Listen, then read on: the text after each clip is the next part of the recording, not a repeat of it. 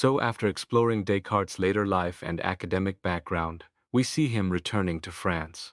This wasn't just a casual visit, it was his first return since 1628. One key reason? Wrapping up his father's estate affairs, still a bit of a loose end. He had hoped to bring his newly published Principles of Philosophy with him, but timing was tight. Instead, he brought a printer's copy minus the diagrams, which his friend Picot, a priest with rather liberal leanings, promptly started translating. Now here's a strategic move. Descartes reconciled with Bourdon, a Jesuit, and tasked him with distributing copies to the Jesuits. The idea was to break down the dense text into smaller chunks for use as a textbook in their colleges. Did it work? Not quite as planned for that specific goal. Interestingly, the non-specialists seemed to grasp it better. This experience perhaps nudged Descartes towards agreeing to more French translations, including the Meditations and the Objections and Replies, handled by de Luynes and Claircellier respectively. Now let's talk about the Principes itself. Descartes was acutely aware of Galileo's troubles.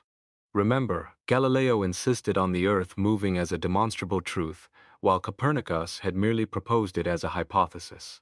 Descartes, ever the strategist, aimed to avoid that kind of direct confrontation with the Church. So, how does he handle motion? He leans heavily on relativism.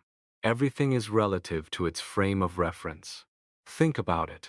The Earth is stationary relative to its own atmosphere, according to him. It's a clever way out. He even calls the Earth a planet carried along by its own heaven. The Sun? Often described as a fixed star. And get this, the fixed stars themselves are listed right at the end, among the metaphysical certainties. It's like saying, look, I'm building a system where the most basic stuff, like the stars, are solid, and then I build physics and metaphysics on top. It's a fascinating structure, moving from pure thought to motion laws, and finally landing on the seemingly unshakable foundation of the cosmos. While in France, Descartes found an unexpected intellectual sparring partner and confidant, Princess Elizabeth of Bohemia. She was the daughter of Frederick the Elector Palatine, who lost his throne after the Battle of White Mountain. Through mutual connections they met, and when Descartes moved north to Egmont, their correspondence began. Initially, they tackled the big question: how does the soul unite with the body? Something we experience daily, Descartes notes, but whose nature remains frustratingly obscure. As Elizabeth moved to Germany, their letters became more frequent. She wasn't just asking questions. She was encouraging him. He initially pointed her towards Seneca, but she pushed him to develop his own thoughts on morality. Crucially, she asked him to define and classify the passions. This prompted Descartes to write a small treatise on the subject, which he sent her in May 1646. Little did they know this would eventually grow into his famous Passions of the Soul, published posthumously in 1649. A real intellectual partnership blossoming across borders. Let's shift gears to the Meditations. The French translations for this, and the Objections and Replies, were actually prepared before Descartes' 1644 visit. He met the translators, the Duc de Luynes and Claircellier, took their work back with him, made a few tweaks, and the edition was ready by early 1647. The title was Meditations Métaphysiques, and the subtitle clearly stated its goals, proving God exists and showing the soul and body are truly distinct. Enter Marin Mersenn's rival, Pierre Gassendi. Remember his lengthy counter-objections from 1644? Well, Claircellier summarized these, and Descartes wrote a reply in French. His plan was to replace the fifth set of objections with this new material. But editorial chaos struck. In the final 1647 volume, the sixth set followed the fourth, and Claircellier tacked the fifth set plus Descartes' letter onto the very end. What got left out? The seventh set and a letter to Denet. Why? Because, despite reconciling with some Jesuits, relations with others remained frosty. No full accord had been reached. It's a messy picture of intellectual engagement and unresolved tensions. Back in Paris in 1647, Descartes penned a letter to the translator of the Principles, serving as a preface for the French edition. He used a beautiful analogy. Philosophy is like a tree. Its roots are deep in metaphysics.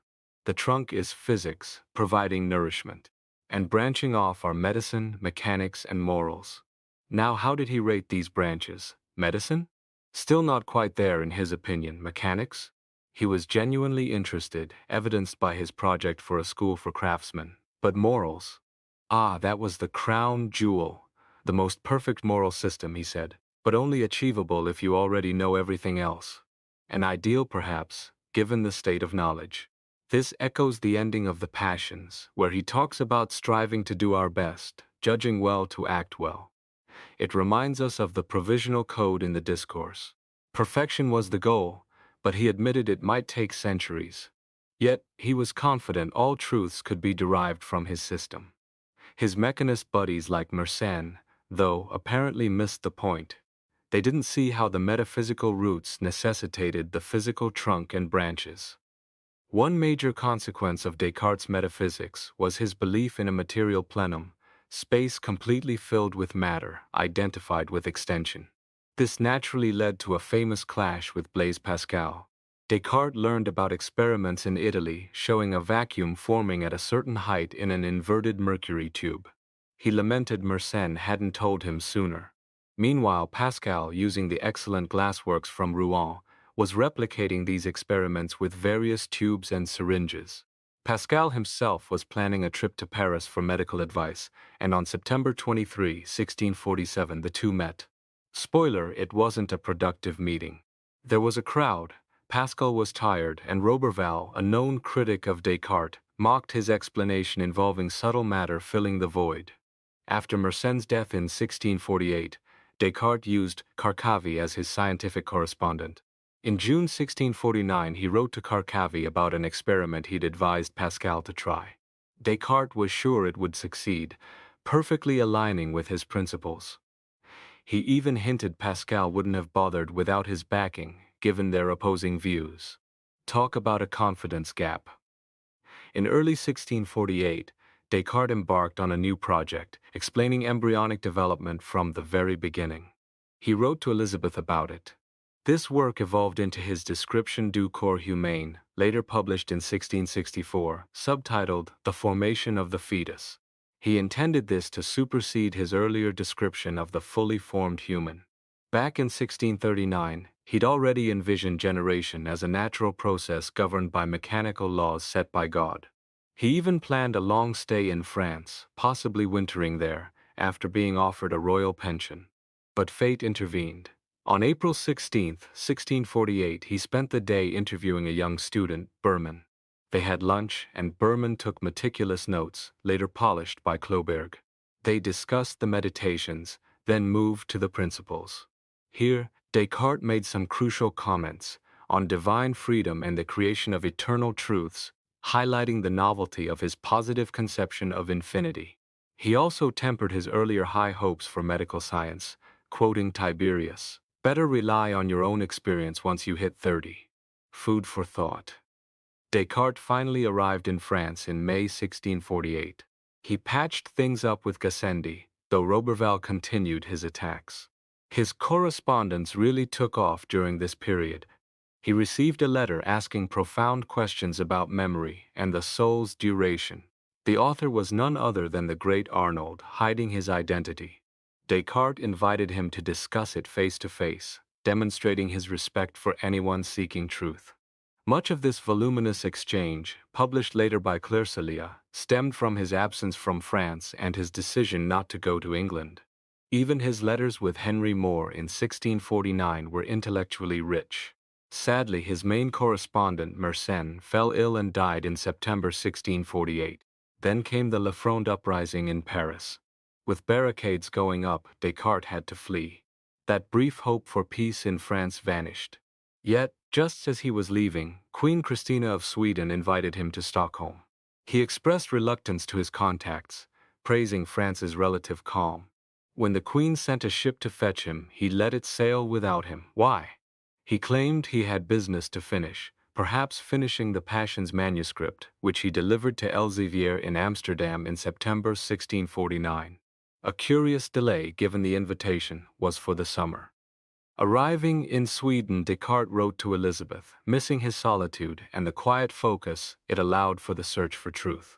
He praised Queen Christina but gently suggested she might benefit from less obsession with Greek studies. During this time, did he start his unfinished dialogue, The Search for Truth by Means of the Natural Light? In this work, his character Eudoxus, representing good sense, guides Polyander, everyman, against Epistemon, the man of erudition. A substantial project, but composition was slow, stopping abruptly near the point where Polyander realizes, if I am doubting, I exist. Despite the cold climate, he did write the text for a ballet celebrating the end of the 30 Years' War, Birth of Peace. Living at the French embassy, he had to cross a bridge daily. Apparently, catching a chill in a carriage led to fever. For days he was delirious, refusing medicine, then finally accepting it. He died on February 11, 1650. His last words, simple yet profound: il faut partir. One must leave, the end of a great journey. All right, let's pivot to Descartes' relationship with scholasticism. Most people think of Cartesianism as a direct rebellion against the dominant scholastic philosophy of his time. And yes, that's part of the story. But it's not enough just to list differences. To truly understand Descartes, we need to grasp why he thought the way he did, and crucially, the intellectual battlefield he operated on. We'll look at how his attitude appears in his published works versus his private letters. We'll also delve into the world of the Jesuits, their educational methods, and their philosophy, because understanding this helps explain why Descartes tried to win their favor. We'll peek at some specific clashes. The main takeaway? Just how powerful and entrenched Aristotelian scholasticism was in the 17th century. When most people think of Descartes and scholastic education, they recall his sharp criticisms in the Discourse on Method. He famously quipped that nothing too strange or incredible hadn't been said by some philosopher in college. Philosophy, he claimed, was just about sounding plausible to impress the less learned, and sciences built on such shaky foundations were unreliable. Sounds pretty harsh, right? But hold on. Look at a letter he wrote around 1638, responding to advice about schooling a son. Descartes strongly advised against sending the boy to a Dutch university and championed La Flèche, the Jesuit school he attended. Why? Because philosophy is taught very poorly elsewhere, he argued. Professors there teach only 1 hour a day, half the year never completing courses. Plus, studying abroad is disruptive. And get this, he praised the Jesuits' equality policy, treating nobles and commoners alike. Most importantly, he stated that even though scholastic philosophy isn't as true as the Gospels, it's the key to the other sciences and essential preparation for developing one's own philosophy. So, which is it? The cynical discourse guy or the pragmatic advisor? This discrepancy is fascinating. So, was Descartes right about La Flèche? Absolutely. The Jesuit curriculum there was rigorous. Philosophy lasted 3 years, starting around age 15. Daily lectures twice a day, 2 hours each, based solidly on Aristotle and Aquinas. Year 1, Logic and Ethics. Year 2, Physics and Metaphysics. Year 3, Mathematics, covering arithmetic, geometry, music, astronomy, trigonometry, optics, geography, hydrography, chronology. Students were expected to study hard, show their work daily, and face regular oral exams, and diversity? Huge. Boys from everywhere in France, all backgrounds. Around 100 boarders plus 1,200 day students. The Jesuits practiced genuine equality. Sons of peasants lived alongside nobles. Check your sword on arrival, they said, otherwise, a gentleman forgets his birth. There's even the story of Jean Tarraine, who arrived barefoot and penniless, started as a kitchen assistant, and rose to become a professor and rector. So the letter to the father seems spot on. This gives us a much more nuanced view of Descartes' stance than the discourse alone suggests. Remember how Descartes wanted to spark debate around his discourse? In June 1637, he wrote to one of his old teachers at La Flèche, sending him a copy. But here's the kicker. He framed beautifully, saying the book was like fruit belonging to his teacher, whose seeds were planted in his mind long ago. He even admitted he probably wasn't even on his teacher's radar anymore. This wasn't just a friendly gesture. It was part of his strategy, similar to how he handled the Meditations with its objections and replies. He explicitly asked his teacher and others in the Jesuit order to read it carefully, find any errors, and send their objections back. It's quite something, isn't it?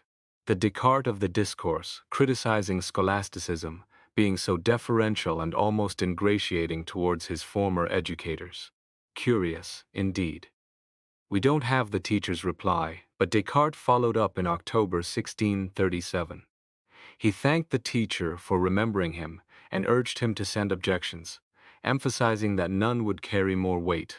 He argued that the Jesuits, given their teaching of subjects like meteorology, had a vested interest in examining his work, either refuting it or adopting it.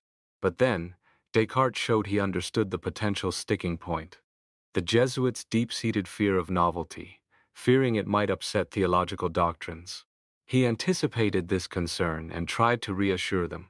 He stated plainly that his physical theories, considering natural causes, actually aligned best with religious mysteries. He even claimed he could thank God for this harmony. It shows he was acutely aware of the Jesuit priorities and attempted to frame his innovations as compatible, not threatening. To understand why Descartes' reassurances might have fallen flat, we need to look at the official Jesuit playbook. The late 16th century saw a resurgence of Thomistic philosophy, fueled by the Council of Trent. The Pope made Aquinas doctor of the Church. Ignatius Loyola told the Jesuits to follow Aquinas in theology, which naturally meant following Aristotle in philosophy. This wasn't just advice, it was codified in the Ratio Studiorum of 1586, explicitly stating Aristotle's doctrine must be followed in core areas. A subsequent circular from the order's chief hammered this home. Stick to the received axioms: 4 causes, 4 elements, 3 principles, qualities of elements, action at distance. Don't defend anything against these without approval. Don't introduce new opinions without approval. And crucially, professors must conform publicly and privately, no exceptions, not even for piety or truth. This was a tightly controlled system designed to maintain orthodoxy. Given this rigid framework, was Descartes' attempt to win over the Jesuits doomed from the start? It certainly looked like it. Let's compare. Descartes rejected the 4 causes, arguing final causes don't fit physics. He rejected the 4 elements, proposing instead one kind of matter, extension, modified in different ways. He ditched the 3 Aristotelian principles. He largely abandoned substantial forms except for humans. His whole mechanical philosophy clashed with traditional descriptions of things like fire being hot and dry. Ouch! However, there were areas of potential agreement. He did accept that natural agents act through a medium consistent with his corpuscular ideas. And on many theological points, God's power, free will, angels, the soul as form, immortality, sin as privation, he seemed to align with the required doctrines. The big exception, denying souls to animals. Perhaps he hoped that sticking to orthodoxy on theology would make the philosophical novelties seem less threatening, especially if they appeared harmonious. But wait, was the Jesuit stance absolutely monolithic? Maybe not entirely. A later general, Claudio Acquaviva, tried to clarify Loyola's directive. He suggested following Aquinas ordinarily, but abandoning his views required serious reasons after lengthy examination. The primary goal of teaching: strengthening faith and piety. So stick to tradition, avoid anything that weakens faith. Even if something doesn't threaten faith, avoid looking like you're creating novelty. Don't defend opinions against established axioms or common sentiment. And crucially, no new opinions in existing topics, no new questions on important matters without prior approval. Still sounds tough, doesn't it? For Descartes, whose views contradicted numerous axioms and likely wouldn't meet the majority of competent men's standard, it still looked like an uphill battle, maybe impossible. Here's where it gets really interesting. Despite this outward conservatism, the Jesuits were actually producing groundbreaking work in meteorology, magnetism, geology, and mathematics. How can that be? Well, their caution wasn't necessarily dogmatic, it was prudential. They wanted to protect the faith and piety above all else. So, you'd expect strict adherence on potentially dangerous doctrines, but maybe more tolerance for non-threatening ones. And sometimes you see this mixed approach. Take a physics thesis from La Flèche in 1642. The author rejects inertia, saying stars are moved by intelligences, not internal principles. He holds a bizarre cosmology: three heavens, fluid planets, solid firmament, Empyrean stars, breaking from Aristotle and Ptolemy. Yet he rigidly defends the four elements and primary qualities. He condemns Copernicus as false and foolhardy, but adds that popular experiments aren't sufficient to refute it. That last bit sounds surprisingly open-minded, hinting at an awareness of relativity. It shows the tension between their innovative educational system and their fear of novelty. Even back in 1611, a poem celebrating Henry IV mentions Galileo's Jupiter moons alongside the old sun-centered view. Awareness was there, perhaps not yet fully grasped or integrated. So, back to Descartes sending out copies of the discourse and requesting objections. Did it work? Not much initially. He was uncertain about the reception. In a letter to Huygens he wrote, "As for my book, I do not know what opinion the worldly people will have of it. As for the people of the schools, I understand that they are keeping quiet, and that, displeased with not finding anything in it to grasp in order to exercise their arguments, they are content in saying that, if what is contained in it were true, all their philosophy would have to be false." Ouch! That's the academic equivalent of slamming the door shut. They weren't engaging, just dismissing it wholesale. Despite this lukewarm reception, however, Descartes remained hopeful. He believed in his system, and he knew the intellectual currents were shifting.